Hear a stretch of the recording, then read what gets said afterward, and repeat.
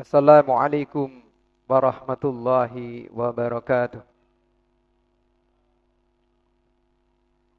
Innal hamdalillah nahmaduhu wa nasta'inuhu wa nastaghfiruh wa na'udzu billahi min shururi anfusina wa min sayyiati a'malina.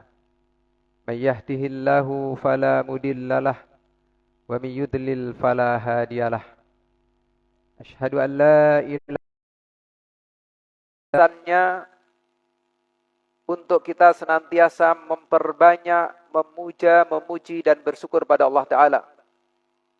Dan memang tidak selayaknya kita bosan untuk memperbanyak bersyukur pada Allah Ta'ala. Memuji di lisan-lisan kita atas segala nikmat yang telah dianugerahkan pada kita. Karena Allah Ta'ala pun tidak bosan dalam melimpahkan kepada kita karunia-Nya.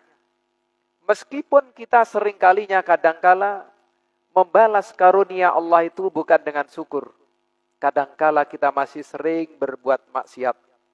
Maksudnya menerjang larangan Allah Ta'ala. Maka para jamaah, tidak selayaknya kita merasa bosan dalam bersyukur. Karena kita betul-betul berendam dalam nikmat. Kita betul-betul berendam dalam nikmat.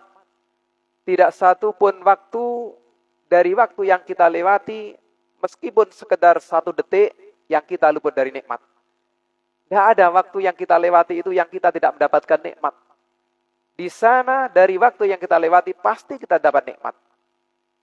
Bukankah hirupan nafas, hembusan karbon dioksida, detak jantung yang bekerja terus, demikian pula ginjal yang senantiasa menyaring darah kita bekerja terus, semua organ tubuh kita bekerja terus, tiada henti.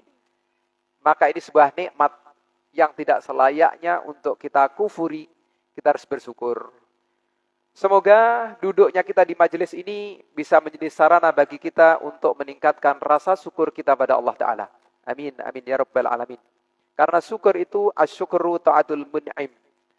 Bersyukur itu adalah dengan mentaati Allah, zat yang telah memberikan kepada kita nikmat. Itulah bersyukur. Taat kepada Allah, zat yang telah memberikan kepada kita nikmat.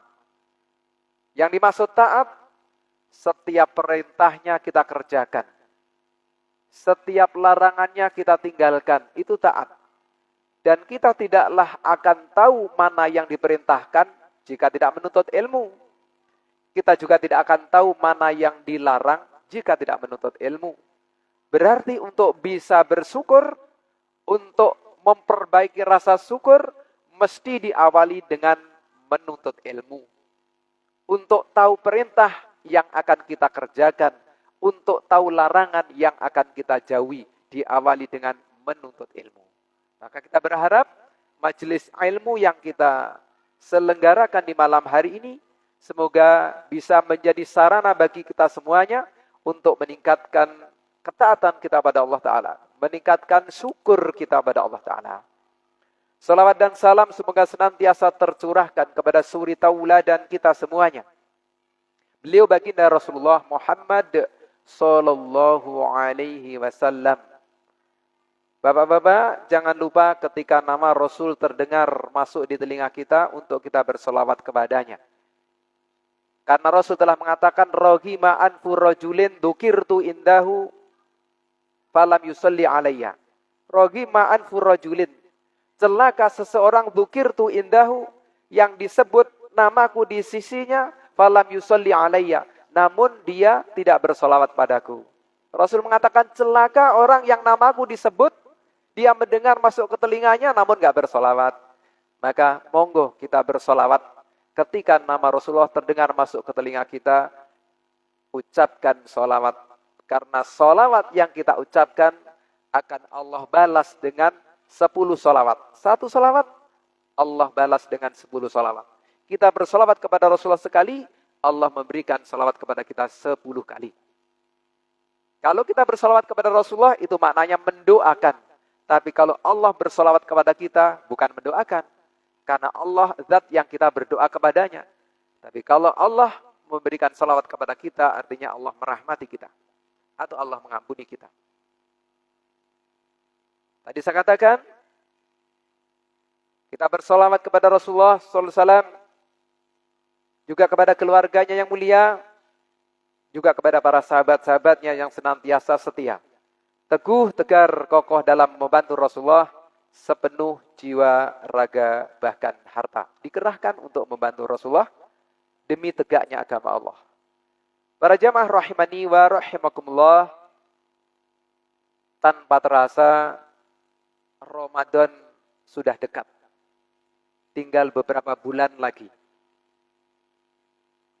Pendahulu kita, para sahabat atau tabi'in, mereka disebutkan dalam banyak riwayat, membagi 1 tahun itu menjadi 2 bagian. 6 bulan selepas Ramadan, mereka memohon kepada Allah Ta'ala agar amal ibadah yang telah dikerjakan selama Ramadan diterima oleh Allah Ta'ala. Mereka masih menyisakan kekhawatiran-kekhawatiran. Kalau ibadah yang telah dikerjakan di bulan Ramadan belum diterima, maka kekhawatiran itu supaya tidak menimpa, yaitu kekhawatiran kalau tidak diterima itu agar tidak menimpa, mereka pun memperbanyak memohon berdoa pada Allah Ta'ala agar dikabulkan segala amal ibadah, agar diterima segala amal ibadah yang telah dikerjakan di bulan Ramadan. Dan 6 bulan menjelang Ramadan yang akan datang, mereka memperbanyak berdoa, memohon pada Allah Ta'ala untuk dipertemukan dengan bulan Ramadan yang penuh berkah, serta mempersiapkan diri dengan ilmu-ilmu ibadah seputar Ramadan. Ilmu-ilmu peribadatan seputar Ramadan dipersiapkannya. Maka para jamaah di kesempatan malam hari ini, tidaklah itu terlalu dini, bukan. Bahkan mungkin bisa jadi kita katakan sedikit terlambat kalau kita mempersiapkan diri untuk membekali Ramadan yang tinggal beberapa bulan lagi. Di pertemuan malam hari ini, kita akan mempelajari pelajaran-pelajaran berharga yang kita bisa petik dari bulan Ramadan.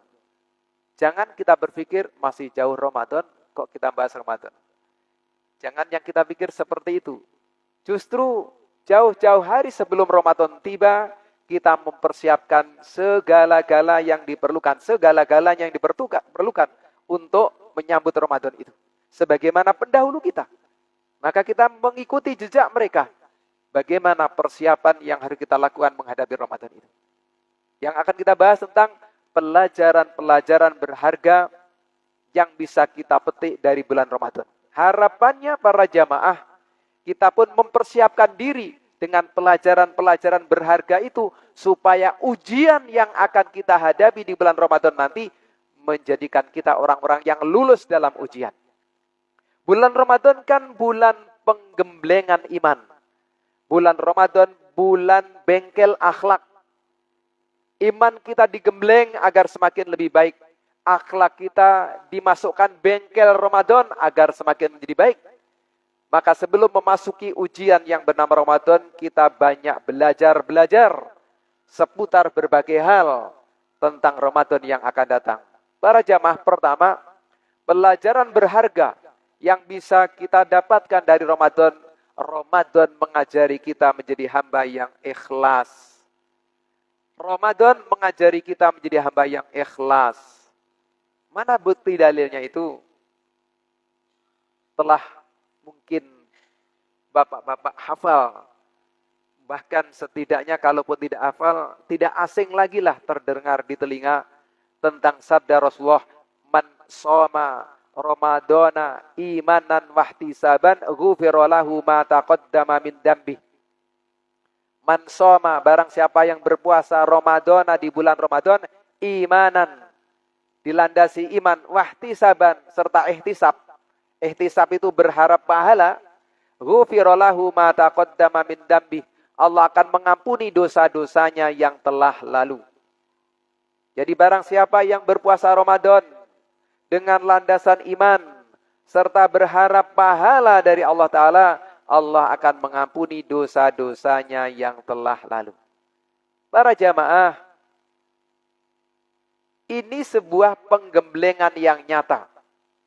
Di bulan Ramadan, kita digembleng dalam menjalankan ritual ibadah. Puasa Ramadan, sholat taraweh, tilawatil Quran, bersedekah, iktikaf, dan berbagai hal amal ibadah yang lainnya. Semua amal tadi diharapkan kita mengerjakannya dengan ikhlas. Salah satunya puasa Ramadan itu sendiri. Kerjakan dengan ikhlas.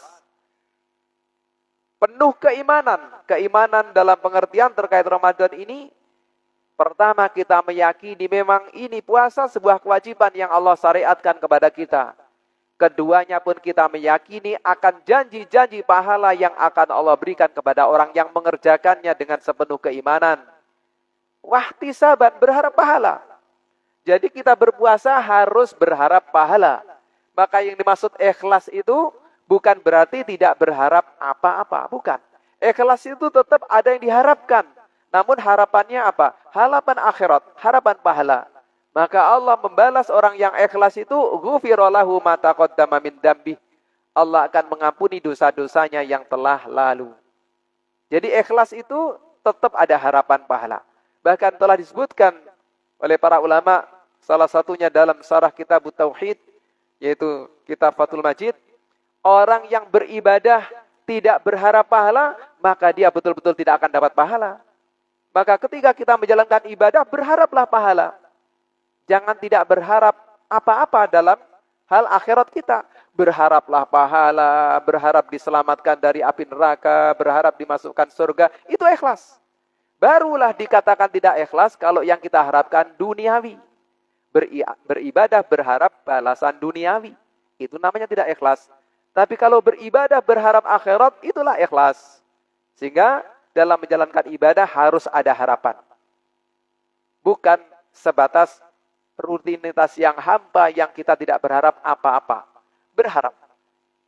Maka dari situ kita terapkan terhadap amal ibadah yang lainnya semuanya. Termasuk sebelum Ramadan tiba, kita melatih diri untuk ikhlas dalam semua jenis amal ibadah yang kita kerjakan. Ikhlas semata-mata karena Allah Ta'ala. Ikhlas itu para jamaah menjadikan seorang hamba dalam mengerjakan ibadah yang berat terasa ringan. Yang jauh terasa dekat. Itu keikhlasan. Kita ambil contoh masjid, tempat di mana kita sholat 5 waktu berjamaah. Manakala orang keinginan menghadiri sholat 5 waktu berjamaah itu ikhlas karena Allah Ta'ala. Dorongan keimanan untuk menjalankan perintah dari Allah Ta'ala. Sejauh apapun masjid, dia akan merasa itu dekat. Tidak akan berat. Kenapa? Ikhlasan yang menjadi penggerak untuk melangkahkan kaki menuju masjid dalam rangka menunaikan kewajiban sholat 5 waktu berjamaah. Menjadi ringan langkah kaki yang jauh. Tidak berat. Yang jauh pun terasa dekat. Tidak lagi jauh. Maka jangan sampai karena hal-hal yang kecil, musibah yang menimpa ketika di masjid misalnya, sepulang dari masjid, sandal hilang. Terus kita menjadi alasan, wah sekali-kalinya saya sholat berjamaah, sandal saya hilang. Habis itu tidak usah berjamaah lah, sholat di rumah saja. Ini justru musibah tidak mau sholat berjamaah lebih besar daripada musibah hilangnya sandal. Ketika kita sebatas hilang sandal, bisa beli sandal yang lain, yang lebih banyak, yang lebih mahal. Tapi kalau musibah itu gara-gara sandal hilang, tidak lagi mau ke masjid berjamaah, ini musibah yang lebih pelataran masjid. Perkara sandal hilang dari masjid bukan masalah. Tapi menjadi sebuah masalah ketika sandal kita tidak pernah menginjak pelataran masjid. Itu sebuah masalah. Maka senantiasa ikhlaskan diri kita dalam menjalankan ibadah. Sehingga dengan keikhlasan itu apapun yang terjadi terasa ringan. Misalnya sekedar hilangnya sandal, ringan. Kita ridho biqadailah. Ridho atas takdir dari Allah. Karena apa yang terjadi tidak lepas dari takdir itu. Anggap saja itu kita bersedekah tanpa harus mengantar. Bapak-bapak bersedekah sandal tanpa harus mengantar. Bahkan sedekahnya pun bukan sandal baru kan. Mungkin sandal yang telah dipakai, hilang. Ikhlaskan, akan menjadi sedekah. bagi bapak-bapak sekalian. Ikhlas. Itu merupakan didikan di bulan Ramadan untuk kita semuanya. Dan ketahui para jamaah,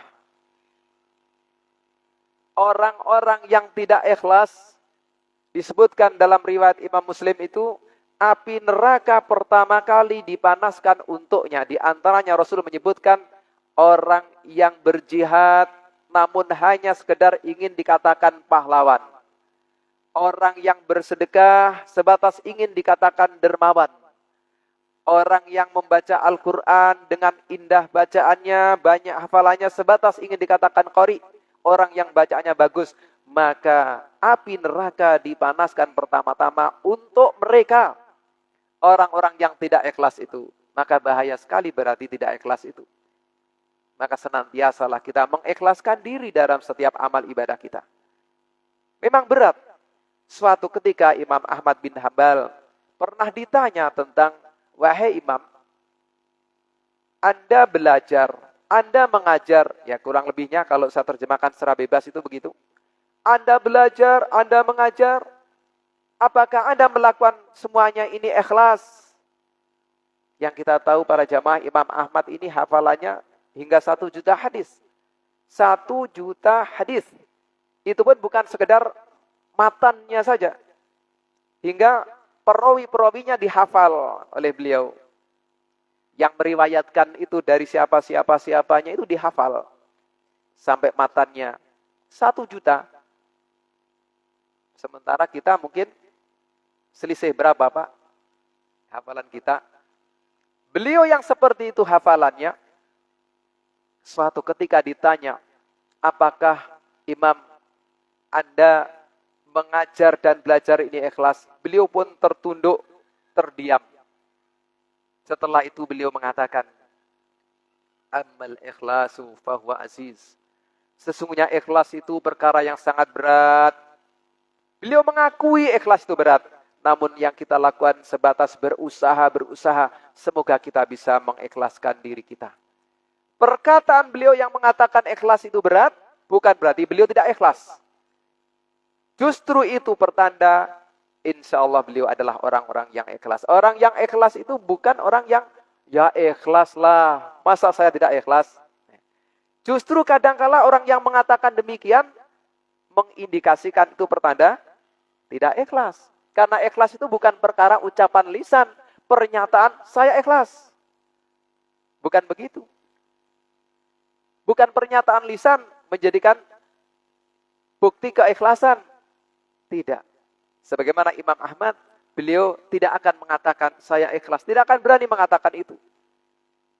Hanya yang beliau lakukan berusaha. Sebagaimana kita pun, monggo. Berusaha mengikhlaskan diri dalam setiap amal ketaatan kita. Termasuk duduknya panjenengan. Ya, mohon maaf kalau mungkin saya sedikit mencampur dengan bahasa Jawa. Artinya panjenengan itu sebagai bahasa penghormatan untuk bapak-bapak yang mungkin orang sini kadang kala dengan bahasa kita, gitu kan. Semoga bapak-bapak sekalian senantiasa Allah bimbing untuk menjadi hamba yang ikhlas dalam setiap amal ketaatan. Amin, amin ya rabbal alamin. Para jamaah, itu yang pertama. Ikhlas, mengajari bulan Ramadan mengajari kita untuk ikhlas. Dan termasuk contoh lain terkait Ramadan, la khulufu fami shaimi adyabu indallahi ta'ala min rahil misk yatruku ta'amahu wassarabahu wassahwatahu min ajli asyamuli wa ana ajzibih. Rasul pernah mengatakan demikian. Sungguh bau mulutnya orang yang berpuasa, la khulufu fami shaimi adyabu indallahi ta'ala, lebih harum di sisi Allah Ta'ala min rihil misk, daripada bau minyak misik, daripada bau minyak kasturi. Bau mulutnya orang yang berpuasa lebih harum daripada bau minyak misik. Apakah setiap orang yang berpuasa memang nanti bau mulutnya di akhirat harum? Yang dimaksud harum itu bukan di dunia, Pak. Kalau di dunia kita berpuasa, meskipun sikat gigi tetap bau mulut itu akan tercium. Karena memang ini bau yang keluar dari dalam perut. Bukan perkara dari rongga mulut, tapi dari dalam perut. Memang tetap bau di dunia ini. Tapi baunya di dunia ini nanti di akhirat akan Allah ganti. Ketika berkumpul di padang mahsyar, Di saat kita menghadapi peradilan Allah Ta'ala, akan kelihatan ahli-ahli puasa, orang yang puasa itu, dengan harumnya bau mulut. Orang-orang beriman itu nanti di padang mahsyar akan kelihatan dari cahaya karena bekas air wudhunya, akan kelihatan dari harum bau mulutnya. Tetapi tidak setiap orang yang berpuasa setelah puasa memang harum bau mulutnya. Siapa orang yang puasa yang harum bau mulutnya? Yaitu orang yang, kita ulangi perkataan Rasulullah tadi, la khulufu fami shaimi adyabu indallahi ta'ala min rahil misk. Yatruku ta'amahu wa sarabahu wa sahwatahu min ajli. Mereka meninggalkan makannya, meninggalkan minumnya, meninggalkan sahwatnya min ajli. Karenaku. Ikhlas karena Allah Ta'ala. Berarti penyebab bau mulut menjadi harum karena puasanya itu betul-betul ikhlas. Gak makan, ikhlas karena Allah Ta'ala. Gak minum, ikhlas karena Allah Ta'ala. Meninggalkan sahabat menggauli istri di siang hari, ikhlas karena Allah Ta'ala. Maka keikhlasan di dalam menjalankan puasa, salah satunya dibalas oleh Allah Ta'ala dengan bau mulutnya yang harum. Nanti ketika berkumpul di padang mahsyar. Sehingga nanti akan bisa diketahui. Kita bisa saling mengenal. Loh itu dulu tetanggaku kan dia ahli puasa. Tapi kenapa baunya sekarang kok tidak sedap? Ya berarti pertanda tidak ikhlas. Ketika loh itu dulu kan ahli puasa. Kenapa sekarang kok bau mulutnya tidak sedap? Berarti puasanya tidak ikhlas karena Allah Ta'ala. Ini para jamaah. Maka Rasul mengatakan, Allah dalam hal ini mengatakan, dalam hadis qudsi itu, asyamuli, puasa untukku. Wa ana ajzibih, dan sayalah yang akan membalasnya. Puasa untukku. Amal ibadah yang lain untuk Allah apa tidak, Bapak-bapak? Semua amal ibadah ya untuk Allah sebenarnya. Tapi puasa lebih khusus disebutkan asyamuli, puasa untukku, karena keikhlasan dalam puasa itu lebih mendominasi. Keikhlasan dalam puasa itu lebih mendominasi. Hingga karena buah keikhlasan yang lebih dominan itu, Allah pun mengatakan, wa ana ajzibih. Sayalah yang akan membalasnya. Padahal amal ibadah yang lain yang membalas siapa? Allah juga. Tapi maksudnya sayalah yang akan membalasnya. Ini penjelasan para ulama, Allah akan membalas pahala puasa dengan tanpa batas. Tidak ada limitnya. Tidak ada batasannya. Kalau amalan yang lain secara umum, sekurang-kurangnya satu amal kebaikan, Allah balas 10 kalinya. 10 balasannya. Dan setinggi-tingginya 700. Ini secara umum. Tapi puasa tidak disebutkan limitnya. Semakin baik kualitasnya, semakin besar pahalanya. Semakin tidak berkualitas, semakin rendah, bahkan tidak sedikit orang berpuasa tidak dapat pahala. Kan sangat banyak juga yang seperti itu. Orang puasa, puasanya tidak ikhlas. Atau juga mungkin tidak sesuai tuntunan Rasulullah. Nah, karena di dalam puasa itu sendiri para jamaah, di sana ada kesabaran. Dan kesabaran itu pun tanpa batas. Sehingga orang yang sabar, dia diberi pahala tanpa batas. Orang yang berpuasa diberi pahala tanpa batas. Sesuai kualitas puasanya. Beranjak yang kedua, tentang pelajaran berharga di bulan Ramadan. Ramadan mengajari kita, mendidik kita untuk menjadi hamba yang senantiasa mutaba'ah. Yaitu mengikuti tuntunan Rasulullah. Itu mutaba'ah. Kita dididik untuk selalu mengikuti tuntunan Rasulullah. Di bulan Ramadan, kita diajarkan tentang itu. Untuk selalu mengikuti tuntunan Rasulullah.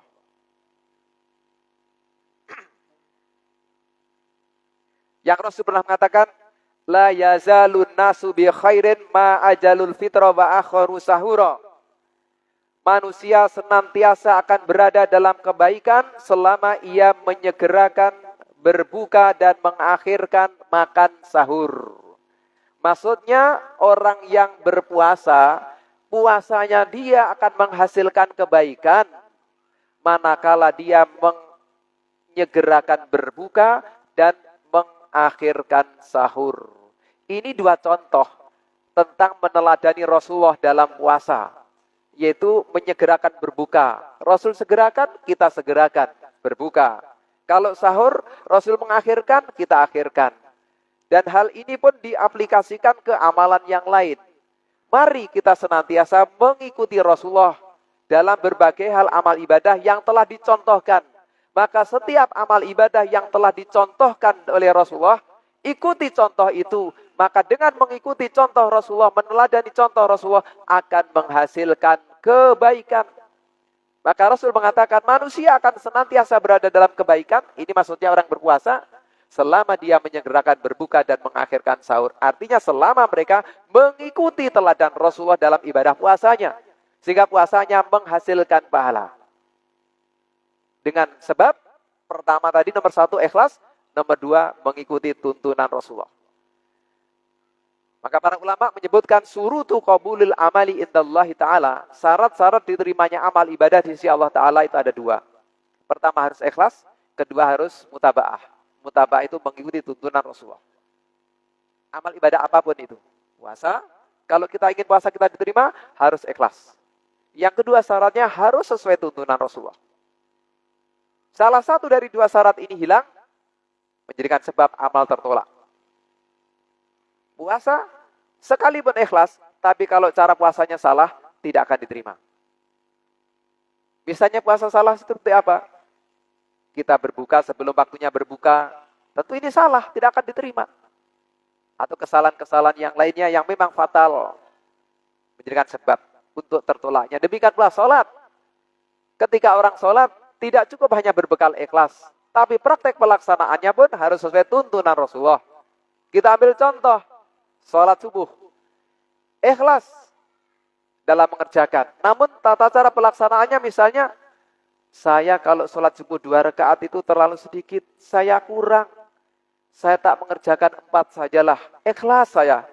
Karena Allah Ta'ala. Kira-kira diterima Pak? Sholat subuh 4 rakaat? Tidak diterima. Padahal ikhlas. Kenapa ditolak? Karena tidak sesuai dengan tuntunan. Maka siapa-siapa yang beramal ibadah tidak mengikuti tuntunan Rasulullah, itu menjadikan sebab tertolaknya amal ibadahnya. Karena Rasul pernah mengatakan, man amila amalan laisa alaihi amruna fahuwa raddun. Barang siapa yang mengerjakan suatu amalan ibadah laisa alaihi amruna, yang tidak ada pada amal ibadah itu perintahku, tuntunanku, contoh dariku, fahuwa raddun, maka amalan itu raddun. Maknanya ay mardudun, yaitu tertolak. Ini yang mengatakan Rasulullah sendiri, siapa-siapa yang mengerjakan ibadah namun dalam mengerjakannya enggak mengikuti tuntunan Rasulullah, maka tertolak. Sampai berbicara sholat misalnya, Rasul pernah mengatakan tentang sholat itu, Sallu kama ra'aitumuni usolli. Sholatlah kamu sebagaimana kamu melihat aku sholat. Kita disuruh sholat sebagaimana sholatnya Rasulullah. Contoh lain, bukti konkret. Ketika orang itu enggak mengikuti bimbingan Rasulullah, tidak ittiba, taat pada Rasulullah, akan menimbulkan keburukan. Dalam peristiwa perang Uhud para jamaah, Rasulullah awalnya telah berpesan, regu pemanah yang menguasai di atas bukit, Rasul perintahkan agar tetap di atas bukit, jangan turun dari bukit Uhud, jangan turun dari bukit itu, jangan turun sebelum ada perintah dari Rasulullah. Namun di kala itu, ketika orang-orang musyrikin telah lari tunggang langgang, sebagian para sahabat awalnya berprasangka, kita ini sudah menang, mari kita turun dari bukit ini. Sebagian yang lain mengatakan, jangan. Tadi Rasulullah telah berpesan agar kita jangan turun. Maka terjadilah silang pendapat di antara mereka. Sampai akhirnya banyak yang turun untuk mengambil ghanimah, harta rampasan perang. Yang dia berprasangka itu sebuah kemenangan. Harus turun, tidak apa-apa. Apa yang terjadi?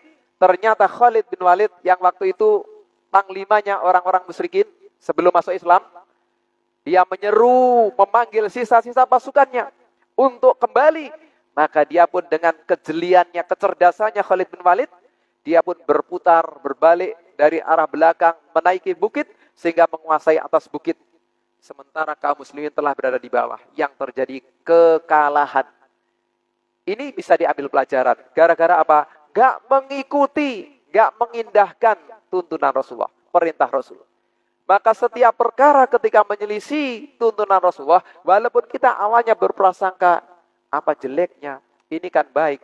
Tetap ada kejelekannya. Kejelekannya apa? Gak mengikuti tuntunan itu sendiri sebuah kejelekan.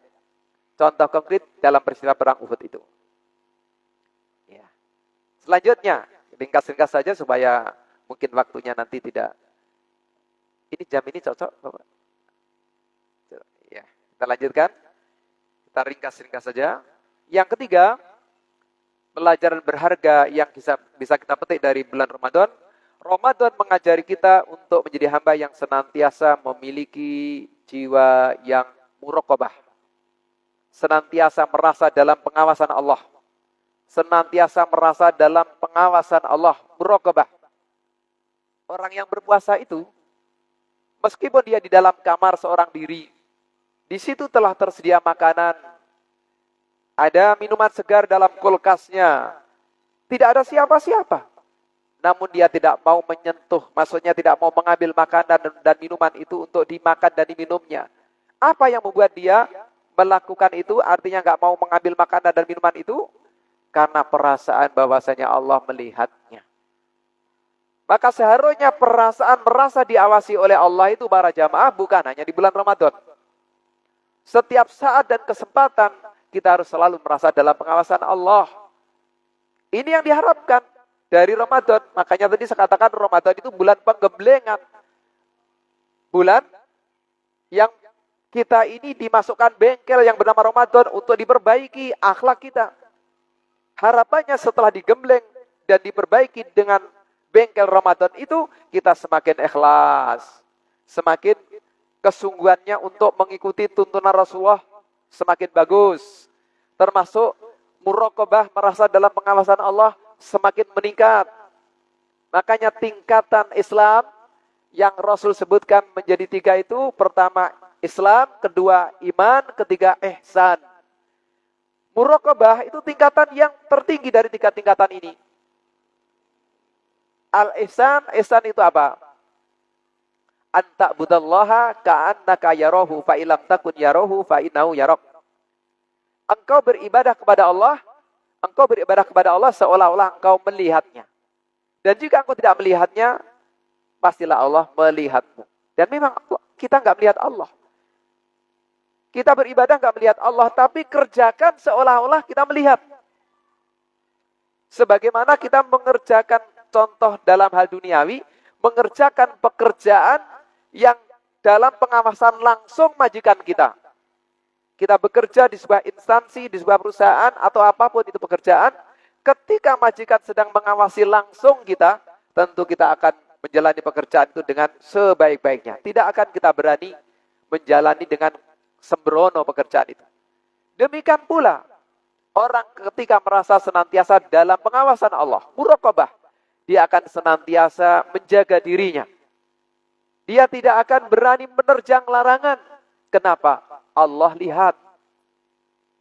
Dia tidak akan berani menerjang larangan, walaupun tidak ada orang yang melihat.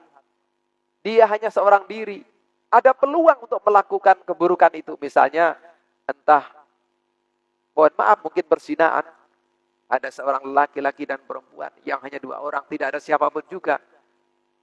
Kalau mau melakukan pun tidak ada orang tahu. Tetapi orang yang beriman, dia yakin Allah melihatnya.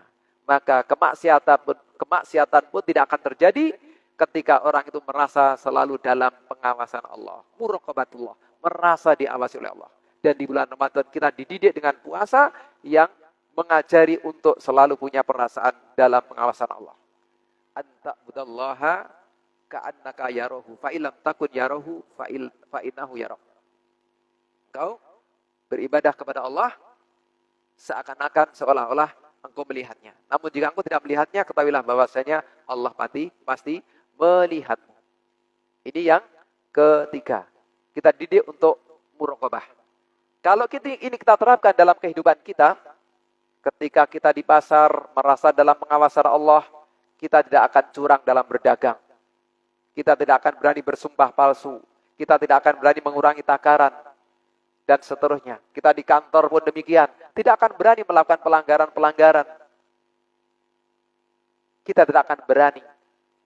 Kita harus betul-betul menjalani sesuai dengan norma-norma agama, syariat agama kita. Itu yang ketiga. Yang keempat, karena saya peringkas saja supaya waktu mencukupi, Al-Quran mengajari dan mendidik kita untuk kembali Afwan, Ramadan maksud saya, Ramadan mengajari dan mendidik kita untuk kembali kepada Al-Quran. Ramadan mengajari mendidik kita untuk kita kembali kepada Al-Quran. Dalilnya mana? Allah telah berfirman dalam surat Al-Baqarah di ayat yang ke-185. Syahrul Ramadan alladzi unzila fihil Qur'an hudal linasi wa bayyinati minal huda wal furqan, dan seterusnya. Namun dari penggalan ayat itu telah kita dapatkan dalil yang Ramadan mengajari kita untuk kita mau kembali kepada Al-Quran. Di bulan Ramadan kita kan Quran kita baca ya, dalam hari-hari kita. Dan yang dituntut sebenarnya bukan sebatas membaca. Seharusnya kita membaca yang disertai perenungan. Kata orang Jawa itu angen-angen sak maknani. Membaca dengan kita renungkan kandungan maknanya. Supaya menghasilkan pemahaman terhadap ayat yang dibacanya tadi. Setelah paham supaya menghasilkan pengamalan yang benar. Karena Al-Quran diturunkan bukan sebatas untuk dibaca, tapi agar diketahui maknanya. Setelah itu agar bisa difahami. Setelah itu agar bisa diamalkan. Karena Al-Quran sebuah pedoman hidup kita sebagai seorang muslim. Maka kita disuruh kembali kepada Al-Quran yang akan membimbing kehidupan kita. Kembali, kita pelajari Al-Quran. Kita baca, kita renungkan maknanya. Setelah itu kita amalkan apa yang menjadi kandungannya. Kalau kebetulan yang kita baca itu ayat-ayat perintah, kita kerjakan. Kalau yang kita baca itu ayat-ayat larangan, kita jauhi. Kalau yang kita baca itu ayat-ayat tentang kabar berita, kita imani, kita percayai. Itu cara mengamalkan isi Al-Quran. Itu cara mengamalkan. Ya. Saya ulangi, bahwasanya syahrul Ramadan alladzi unzila fihil Qur'an. Bulan Ramadan adalah bulan diturunkannya Al-Qur'an. Bulan diturunkannya Al-Qur'an dalam jumlatan wahidatan.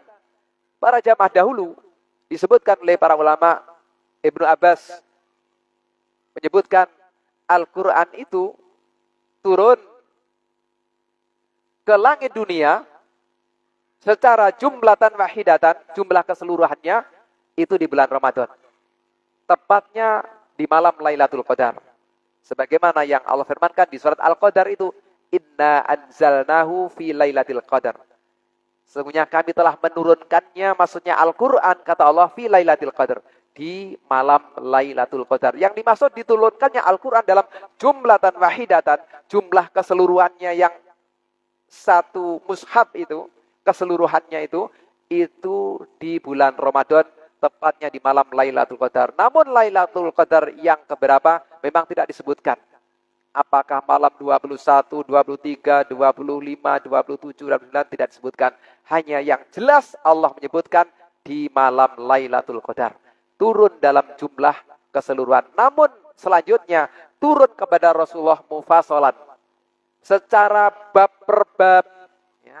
Surat per surat, mungkin ayat per ayat, begitu turunnya berproses, memakan waktu 23 tahun. Dari langit dunia tadi, dibawa oleh malaikat Jibril yang menyampaikan pada Rasulullah, memakan waktu 23 tahun. Tapi awalnya turun dalam keseluruhannya ke langit dunia. Yang dimaksud langit dunia itu langit yang paling bawah. Langit jumlahnya 7. Langit yang paling bawah disebut langit dunia. Awalnya turun keseluruhan di bulan Ramadan. Selanjutnya turun kepada Rasulullah, berangsur-angsur memakan waktu 23 tahun, tidak hanya di bulan Ramadan. Sesuai dengan asbabun nuzul, di segala kesempatan turunnya kan tidak di bulan Ramadan saja. Tiap saat, kadang malam, kadang siang, di bulan bermacam-macam selama 23 tahun itu. Nah selanjutnya, Al-Quran itu kata Allah di ayat itu sebagai hudan, sebagai petunjuk untuk siapa? Linnas. Al-Quran itu petunjuk bagi manusia. Tetapi tidak semua manusia mau mengambilnya sebagai petunjuk. Al-Quran dialamatkan untuk seluruh manusia. Yang diutus menyampaikan Rasulullah. Awalnya dari Allah, malaikat Jibril yang menyampaikan kepada Rasulullah. Rasulullah yang menyampaikan kepada umat manusia. Namun tidak semua umat manusia mau menjadikan Al-Quran sebagai petunjuk hidupnya. Maka terbagilah manusia. Ada yang disebut kafir, maksudnya menolak, mengingkari Al-Quran dengan terang-terangan. Ada yang disebut munafik. Munafik ini ragu-ragu. Orang yang bermuka dua. Kalau di masa Rasulullah itu, lahiriahnya, ibarat bermuka dua itu kan topeng yang kelihatan. Lahiriahnya Islam. Tapi kalau topeng itu dibuka, sejatinya kafir. Itu orang munafik. Orang munafik kan begitu. Di masa Rasulullah misalnya, sholat, ikut sholat bersama Rasulullah. Bermakmum di belakang Rasulullah. Hanya saja kalau isya dan subuh, biasanya nggak ikut orang munafik itu. Berat bagi mereka. Kenapa? Isya dan subuh itu kan gelap waktu itu. Nggak pakai cahaya, nggak pakai penerangan, gelap. Sehingga percuma juga datang. Karena diinginkan oleh orang munafik itu sebatas setor muka. Untuk absen. Biar diketahui, oh kalau saya ikut sholat. Biar diketahui kalau saya ini Islam. Padahal hatinya kafir, nggak mau. Kenapa pura-pura masuk Islam? Hanya ingin mendapatkan perlindungan, mendapatkan perlakuan baik, keamanan. Hanya sebatas itu, tapi hatinya nggak mau. Maka sholat yang paling berat bagi orang munafik waktu itu, isya dan subuh. Karena ya itu gelap tadi. Nah, itu orang munafik. Dan mereka orang munafik nanti di akhirat, tempat berkumpulnya sama dengan orang kafir di neraka. Bahkan orang munafik di dasarnya neraka. Yang ketiga, orang-orang beriman. Mereka lah yang mau menerima Al-Quran. Sehingga Al-Quran itu akan menjadi petunjuk bagi siapa? Orang-orang beriman. Maksudnya alamat Al-Quran memang untuk seluruh manusia. Tetapi yang mau mengambilnya sebagai petunjuk hanyalah orang-orang beriman. Hudal linasi wa bayyinati minal huda wal furqan, kan begitu. Petunjuk bagi manusia dan penjelasan atas petunjuk itu dan termasuk wal furqan. Al-Quran itu merupakan al-furqan, pembeda. Pembeda yang kita bisa membedakan mana yang hak, mana yang batil. Mana yang halal, mana yang haram. Mana yang syirik, mana yang tauhid dan seterusnya. Al-Quran. Al-Quran. Dan Rasulullah seorang mubayyin yang menjelaskan tentang Al-Quran itu. Kembali kepada Al-Quran. Untuk membimbing kehidupan kita, para jamaah. Kalau kita meninggalkan Al-Quran, tidak mau mengindahkan peringatan Allah Ta'ala, yang terjadi apa? Pasti kerusakan. Sebagaimana yang telah Allah firmankan dalam surat Ar-Rum di ayat yang ke-41 itu, Zaharul fasadu fil barri wal bahri bima kasabat aydin nas liyudhiqahum ba'dal ladzi amilu la'allahum yarji'un. Kata Allah, zahara, telah tampak al-fasadu, kerusakan. Kerusakan telah kelihatan nyata fil barri, di daratan, wal bahri, dan di lautan. Bima kasabat aydin nas, dengan sebab perbuatan tangan manusia. Maksudnya kerusakan yang terjadi, misalnya berbagai macam bencana yang menimpa bertubi-tubi di berbagai negeri, itu bencana ada yang mengundangnya. Siapa yang mengundang? Manusia yang mereka berbuat maksiat. Manusia karena dosa-dosa yang dilakukan, yang mereka sudah tidak lagi mengindahkan peringatan Al-Quran. Ketika disuruh mentauhidkan Allah, malah berbuat syirik. Ketika disuruh mengikuti tuntunan Rasulullah, malah dia tidak mau mengikuti tuntunan Rasulullah, tapi membuat cara yang lain. Ketika disuruh taat, malah dia berbuat maksiat. Maka perbuatan-perbuatan manusia itulah, dosa-dosa mereka manusia itulah yang mengundang kerusakan terjadi di daratan dan di lautan. Entah itu yang disebut tsunami, entah itu yang disebut gempa bumi, gunung meletus, termasuk kebakaran hutan. Memang hutan terbakar karena di musim kemarau misalnya. Tetapi api itu tidaklah akan melalap sesuatu ketika tidak diperintahkan. Ketika tidak diperintahkan. Sehingga para jamaah, kerusakan tampak karena sebab dosa-dosa manusia yang tidak lagi taat kepada Allah Ta'ala. Untuk apa Allah menimpakan musibah yang terjadi di daratan dan di lautan tadi? Liyudhiqahum ba'dal ladzi amilu. Agar Allah merasakan kepada mereka dari sebab sebagian apa yang telah mereka perbuat. Artinya bencana itu sebenarnya sebagai peringatan. Semacam kita disentil telinga kita. kamu ini sudah terlampau jauh melangkah keliru ini. Diingatkan dengan bencana itu supaya apa? La'allahum yarji'un, agar mereka mau kembali kemana? Kembali ke Al-Quran, kembali taat kepada Allah Ta'ala, bertaubat meninggalkan kesalahan-kesalahan. Agar kembali, maka sejatinya musibah datang bagi orang-orang yang gitu ya, kita tidak menyalahkan orang lain. Mungkin kita termasuk sebagai pengundangnya. Kita jangan merasa sok bersih. Orang yang baik itu bukan orang yang merasa diri lebih baik. Orang yang baik itu orang yang walaupun dia sudah baik, tapi merasa diri belum baik. Dia ada upaya untuk meningkatkan ketaatannya. Karena perasaan tidak bersalah, merasa sudah diri baik itu sendiri sudah sebuah keburukan. Sudah sebuah kesalahan. Merasa tidak bersalah, suatu hal yang tidak mungkin orang tidak bersalah. Maka bisa mungkin terjadi para jamaah yang ikut andil menjadi penyebab datangnya musibah dan bencana. Kita juga kadang-kala, saya dan bapak-bapak juga, hanya tingkat kesalahan kita yang mungkin berbeda-beda. Ya, apapun kesalahan kita, monggo kita bertobat dari kesalahan itu, kita kembali kepada Al-Quran. Kita taati perintah Allah Ta'ala, kita tinggalkan larangannya, kita kembali bertobat. Kita bertobat. Ya. Belum waktunya, Sa? Sudah, Pak? Sudah tahu. Boleh saya tambah satu ayat? Ya. Untuk lebih memperjelas pembahasan ini. Namun, itu bagi orang-orang yang mereka tidak mengindahkan peringatan Allah dalam Al-Quran. Allah akan menimpakan bencana.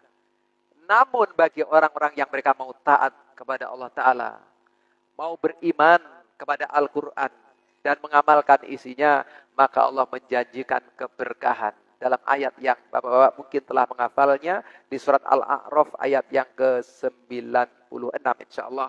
Walau anna ahlal qura amanu wattaqau la fatahna alaihim barakatim minas sama'i wal ard walakin kadzabu fa aqadnahum bima kanu yaksibun.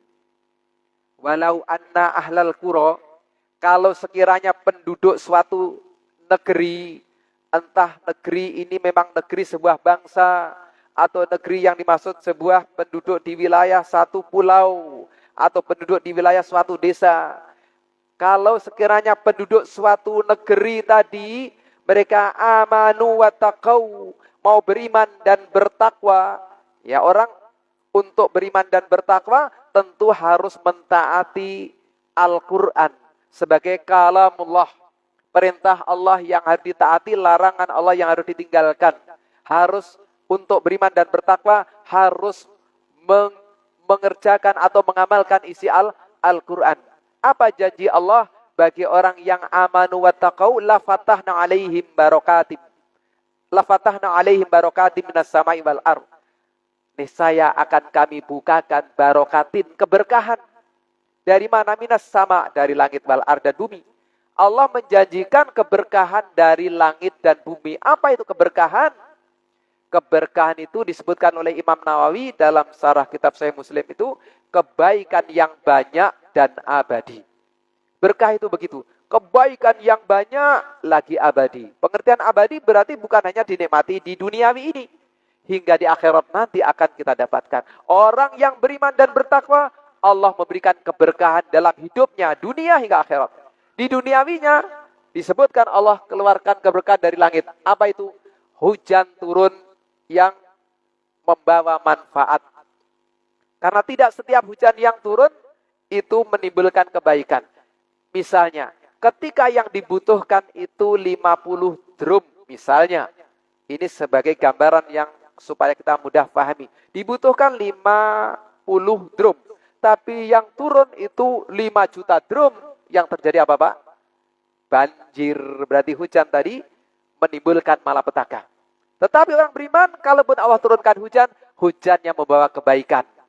Bisa dijadikan sarana untuk menyirami sawah ladang, minum ternaknya, untuk juga minum bagi diri-diri mereka orang beriman. Ini ketika mereka beriman dan bertakwa. Demikian pula dari bumi, Allah keluarkan keberkahan dalam bentuk apa? Tanaman yang bisa tumbuh, barang-barang tambang dan lain sebagainya.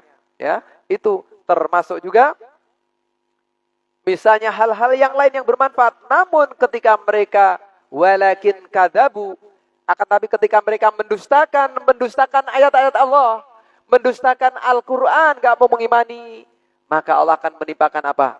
Allah menimpakan kepada mereka bencana.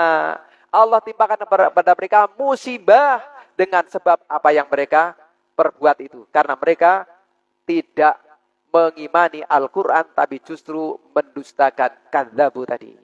Demikian para jamaah, sebenarnya pelajaran-pelajaran berharga yang bisa kita petik dari Ramadan masihlah sangat banyak, namun waktu pula yang tidak mencukupi, yang membatasi.